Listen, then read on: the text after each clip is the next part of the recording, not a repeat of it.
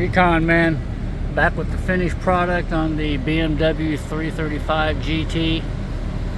I decided to do it in two separate videos. We'll have the before video and the after video. So the seat repair taken care of, color wear addressed, dyed the whole face of this seat, repaired all the scratches on the steering wheel, stuff blowing out of the vents there.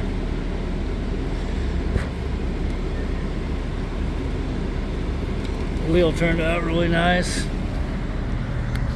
You can see the seats look a lot better without all that dressing on it, all the armor all or tire shine, whatever it was. It looks a lot better without it. There was a big scratch right here. I dyed over that.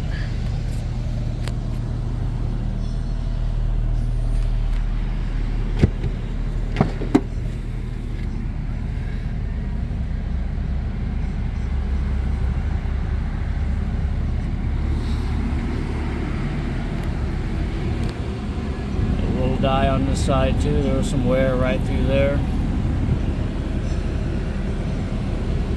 Scrubbed her out. She's ready to go. Catch you on the next one. Later.